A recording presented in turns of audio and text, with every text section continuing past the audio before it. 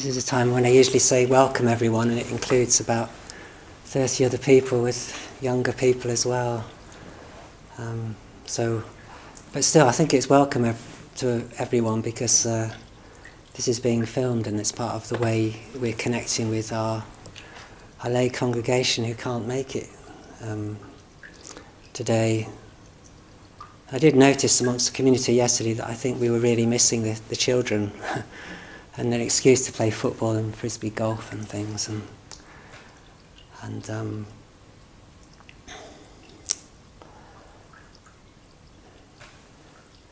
But still, I think it's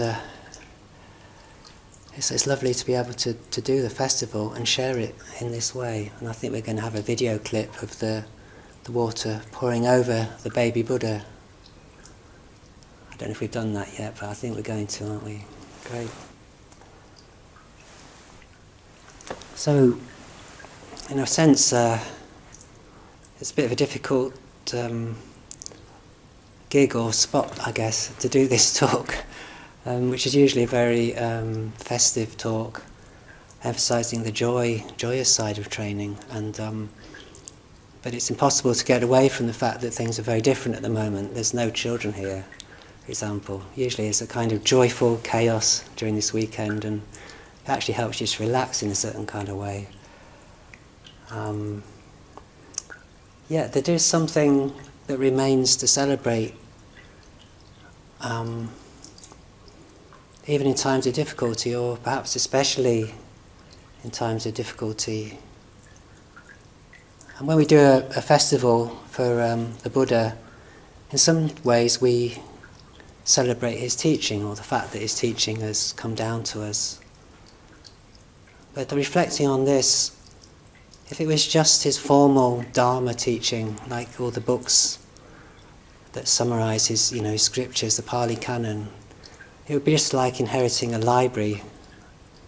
What's actually passed on is much, much deeper than this. And I think many of our forms point to this truth. It's not really about his teachings in that sense, but a much deeper teaching. And it's what comes from the practice of Zazen. And the true Dharma, in a sense, is the way we can open ourselves to the truth of existence through the practice of Zazen. And in the Zen tradition, that's very much emphasised, that what the Buddha passed on almost could not be put in words. It's the practice. One of my favourite quotes comes from an encounter between Great Master Tozan when he was a disciple of his master Ungan. And he's asking his master basically about, what teaching shall I pass on? And he says, later on, if I am asked to describe your teaching, how should I respond? After some pause, Ungan said, just this is it. Or just this is it. And in a sense it's quite remarkable in that he doesn't say that you'll pass on a list of teachings or the Lankavatara Sutra or anything really specific, but just this, as it is now. And actually, it's a very difficult thing to translate. Apparently the word this is a bit more like thus, or how it is. And it's close to the word tathata, which means thus come, or tathagata. And some of you probably realise that Tathagata is another name for the Buddha. The Buddha is the thus come one, the being that appears from existence in order to teach. So there's lots more resonances in the just this is it that I'm sure Tozan would have known about. And it does even connect, I guess, with the birth of the Buddha, because the Buddha is what has come thus.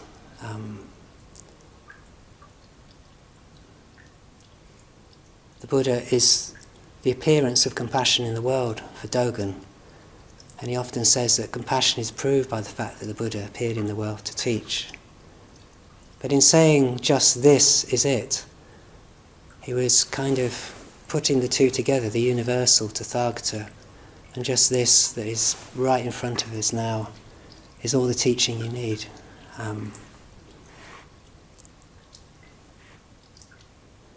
So in fact, what I see as a celebration is not so much kind of teaching that you could write down, but the very fact that we can awaken to the truth in this. And cannot be excluded from anyone, because this is always present. It's not something created. So what's passed on is a way of seeing this directly. And the way we come to this is to learn to sit within the world without dividing things, without judgment, without creating the separation. And I guess that's the practice of Zazen. So how do we practice to see this clearly? I find it interesting that there's been many reactions to the coronavirus outbreak, and some of them amount to trying to balance the kind of bad news with the good news. And I think that has been useful on one level. It's great to hear how people have been helping each other out, volunteering to take food round and medical supplies. So certainly you could say some good has come out of it. But just looking at my own mind, I found that if I tried to balance the difficulty, the fear, and the sense of loss of control that arose with the kind of good stuff, it didn't quite work. And we've all been affected by the coronavirus outbreak. Every single person I've rang, or all the monks, have either got relatives or friends who've been affected. Our community itself has a monk who's in a care home. And I saw him 2 days before the care home closed. I would help take Reverend Alexander to the dentist, and then I just got a phone call saying we're closed, that's it. You can't see him anymore. And there was this kind of shock, how dare they, kind of thing. Of course, the government shortly afterwards announced that everything was closed. It was lockdown. But it's interesting how the mind works. You get this feeling of non-acceptance, powerlessness, and how dare they. And then that despondency, if you like, alternates with a kind of attempt to cheer myself up. There's this nice thing going on as well, actually. But does it work? Does it actually cure that sense of unease in the mind? Well, not for me. Maybe it's just because I'm an inverted, compulsive worrier, and if I'm worrying about one thing and constantly balancing it with another, it's not going to work. So I have to sit right within the kind of source of this worry, this fear. And what came up for me in giving the talk was that passage from Great Master Dogen, which is actually originally written in Shoji, Life and Death, but has been put into the Shushogi, which is a kind of compilation. And he says, should it be possible for us to understand that life and death are of themselves nothing more than Nirvana, there is obviously no need to either try to escape from life and death or to search for Nirvana. And for the first time, freedom from life and death becomes possible. So if we can find the Buddha within life and death, if we can understand that life and death are Nirvana, we do not need to seek for it or try to escape from life and death. And this points to the way we deal with the rising of suffering, the arising of difficulty. We don't seek for ways around it or under it, or try and jolly ourselves up by thinking of nice things. We just face it directly. And that takes a kind of great faith, almost a faith that even within the difficulty, the suffering, there is the truth already. And that's a bit like the Zen take on the Four Noble Truths. I think, the Four Noble Truths is considered one of the Buddha's key teachings, and if you read some text on it, it's kind of presented in a linear form, like the Buddha said, there is suffering exists, or dissatisfaction, then there is the cause of suffering, which is grasping onto things. And the end of suffering he called Nirvana. And the way to the end of suffering was the Eightfold Path, which I guess we'd summarise as meditation and the precepts. So it sounds like, you practice meditation and the precepts in order to get away from suffering and then eventually find Nirvana. But actually, is it really like that? Because I think what the Zen teachers are pointing to and saying just this is it as well, is that just this now contains both the suffering, and if you sit directly with it, it contains the teaching of the cause of suffering and even the end of suffering in one bit, one lump. And that goes on in our training, like all the time. Suffering, in a sense, constantly arising, constantly sitting, constantly clarifying, and turning it into the truth. And then, is it suffering? Or is it just the process, the unfolding of training?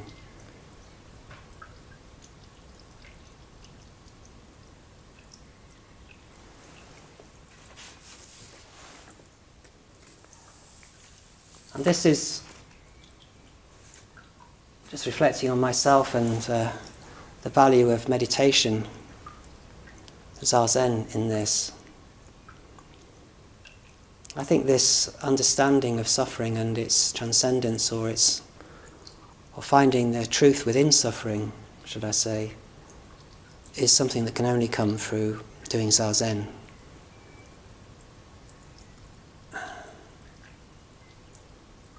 And Dogen said in his rules for meditation, we need to cease from erudition, withdraw within, and reflect upon ourselves. He follows it up with, should we be able to cast off body and mind naturally, the Buddha mind will immediately manifest itself. I think the cease from erudition is probably better translated as ceasing from playing around with ideas or speculating, or just the constant stream of thoughts. And it struck me that there was just so much news about this. I think I was travelling back here when the news started to break, and the news appears about, even in the evening you get about 4 different repetitions of everything to do with the coronavirus, and then my poor mum was listening to it about 12 times a day, I think. And I think that can be like being caught up in speculation, and I think we're lucky here that we can sort of regulate that bit, and I tend to just keep in touch with the news maybe once or twice a day, because we do need to allow ourselves some space to reflect on the real source of the fear and the anxiety we have. And that's not going to be allowed to happen if you're constantly stirring it up with more and more detail. And one thing I've always noticed in myself is that my fears and worries are usually based on some kind of preconceived ideas and judgments in the end. Often those things cannot be seen very clearly if I'm in a whirl. I need to sort of focus in almost on the micro level, the moment by moment level of the Zazen, the sitting. If you sit with fear, what is it in the end?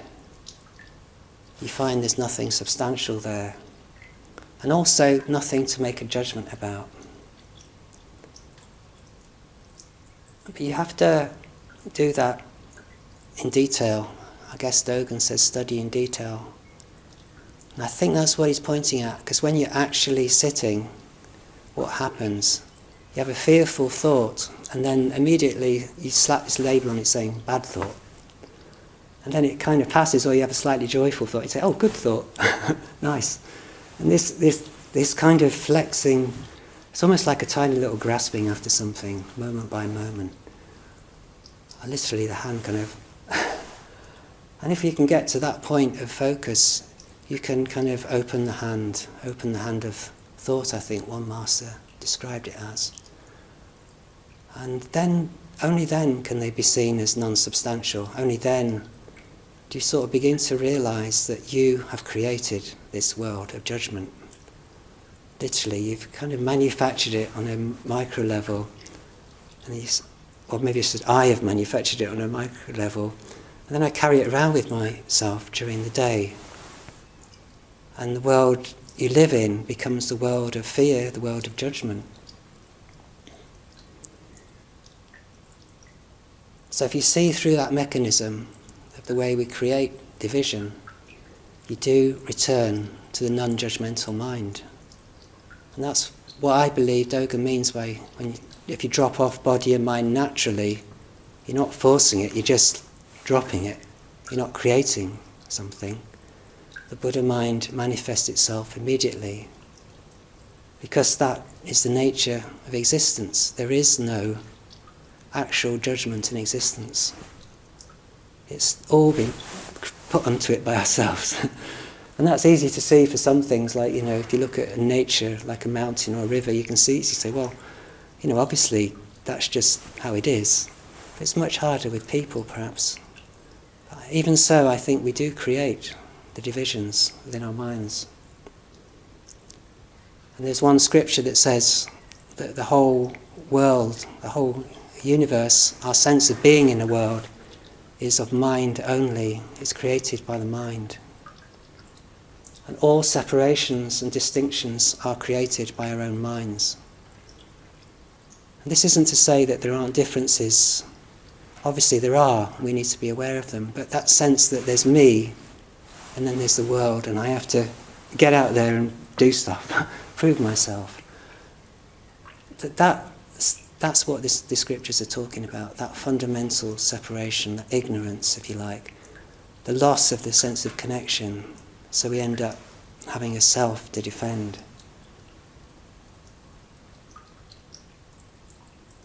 And when we realise that judgment is a creation of the mind, it's then that we can look more clearly at birth and death without dividing them up. And I think that's where I'm trying to tie it back to the birth of the Buddha, having mentioned all the difficult stuff. And I think that's where it ties in, because we've got to accept that this very life and death is the life of Buddha. We've got to, even in the festival of the Buddha's birth, we have to include old age and death. That's my belief. But if you've found, if you like, the one mind, then that is possible. In a sense, finding that place of realising that existence itself will verify the truth of this, that you do not have to create a kind of nirvana, really. Maybe that's what he's pointing at, that all existence from the very beginning has been of nirvana nature. And that's not me saying that, that's the Lotus Sutra, by the way. I don't think I could come up with something so profound. But if that's the truth, then there is no nirvana to seek. But we are profoundly grateful for that. Because if we needed to seek a nirvana, we'd be seeking it for a long time. And there is this fundamental aspect of Zen teaching called original nature. That the original nature is nirvana nature. So kind of even having a kind of little sense of that does allow you to appreciate this life and just what we already have. And also just appreciate the fact that it's possible for human beings to know this and to act from that knowing. And I think there is a shift that happens from kind of obsessive self-concern towards a life based more on gratitude. Because if you have a sense of this, then how would you not want to share it with other people? Or, I mean, it already is shared with other people, but how would you not want to make people aware of it?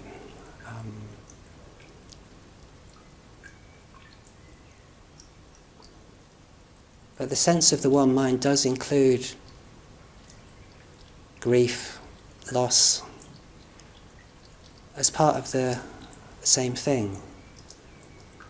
And if we try to reject the sadness of loss, and maybe some people of us have lost people already or will in the coming months, we will lose the life of Buddha as well.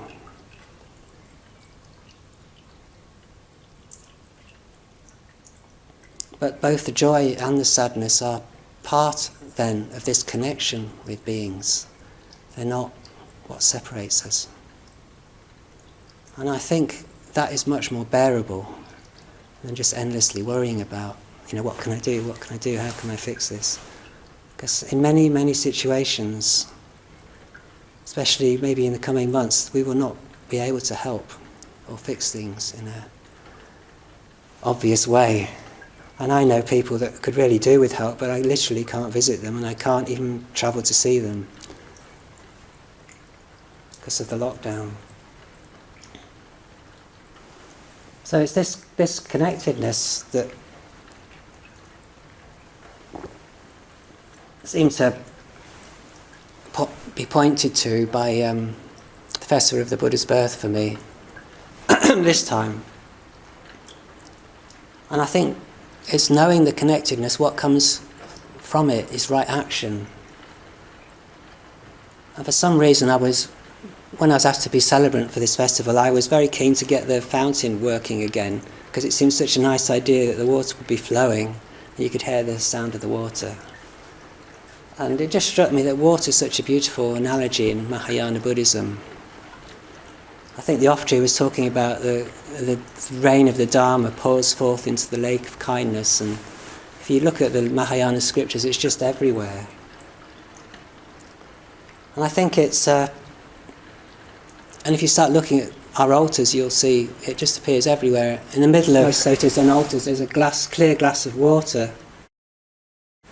And you notice it the altar almost revolves around it, really. You could say that it's in the middle, the water, the clear water. And the flowers are offered to the Buddha and then come back as a teaching, which is the candles, the light. So water has amazing characteristics, and Mahayana, being as it is, uses any analogy, any metaphor to teach. Actually, we've got the rain of Dharma now, which you may hear on the video, mixing with our fountain here.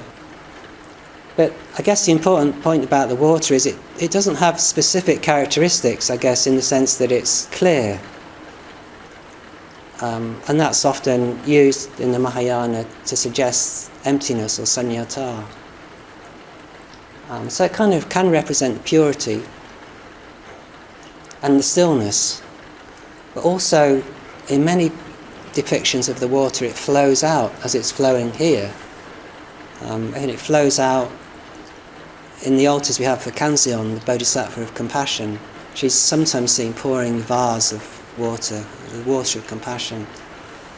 Definitely in our altar here, if you look at the kind of tile underneath her, she's pouring the water of compassion. So it's not just stillness, it's activity that comes forth from stillness.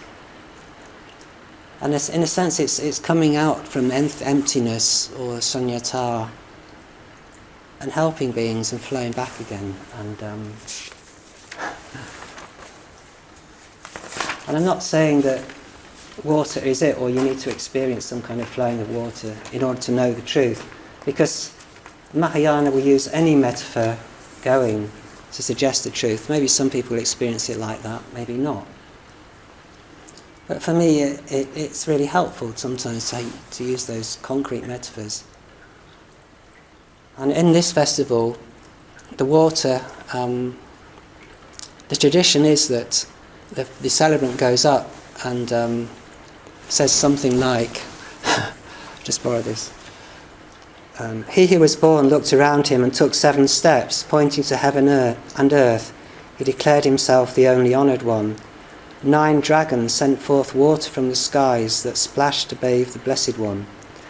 And when you say 9 dragons, that's usually the cue for the water to start flowing. But then we all go up and bathe the baby Buddha, ourselves, pour water over his head.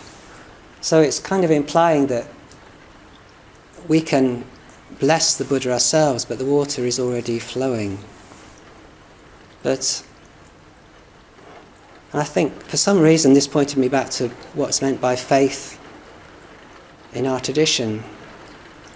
Because we can say that the water is always flowing, but do we actually know that if we don't make the offering ourselves? Because there's something about just going up and pouring water over the baby Buddha, that for me seems to activate something, I don't know what, but it's almost like you have to make that movement yourself, and that's the faith. Faith in Soto Zen is kind of active. So in pouring the water, blessing the Buddha, we kind of sense that the water is always flowing, not just within the Buddha, but within ourselves.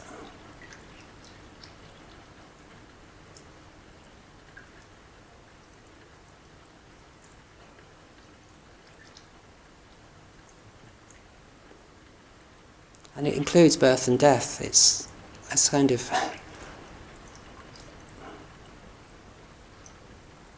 the life of Buddha and Nirvana, all those included in the flowing of the water.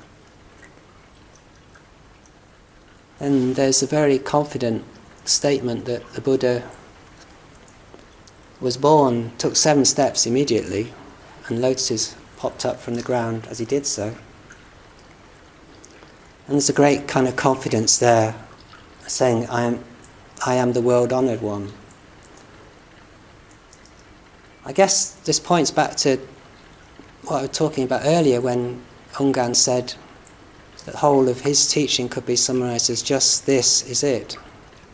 This being what is thus, what has come forth, as well as just what is right in front of you now, this. Because we do talk about the Buddha coming forth from the Tushita heaven. And in a sense, the Tathagata, that which comes forth, is the baby Buddha. But if you really think about it, what everything has come forth from existence, hasn't it? Everything is just this, everything. It's not just the Buddha, its appearance in the world that's a sign of compassion, it is our own appearance in the world. Everything that appears in the world is just thus, or Tathagata. This is how Dogen sees it, I believe. He sort of takes the idea of Buddha, Tathagata, and it expands it and expands it, because all beings are Buddha nature. And then maybe the confidence is suggesting the action that comes forth from the Dharmakaya or Tathagata, the right action that comes forth from the non-judgmental mind. The fact that we're born, we exist, and our existence changes things. We can choose to use our existence to do good, and doing good will have good consequences. So it is good what comes forth. And we've got no need to devalue our lives or see ourselves as something else. I think this is partly why I quite like this statue, which is one Ramata Daishin did, which is a bit more human, a bit more real than the golden one, the golden iron one, which is not actually, which is kind of powerful, but it doesn't show that Tathagata is wider than just something very mystical. It's what appears, what is thus, now.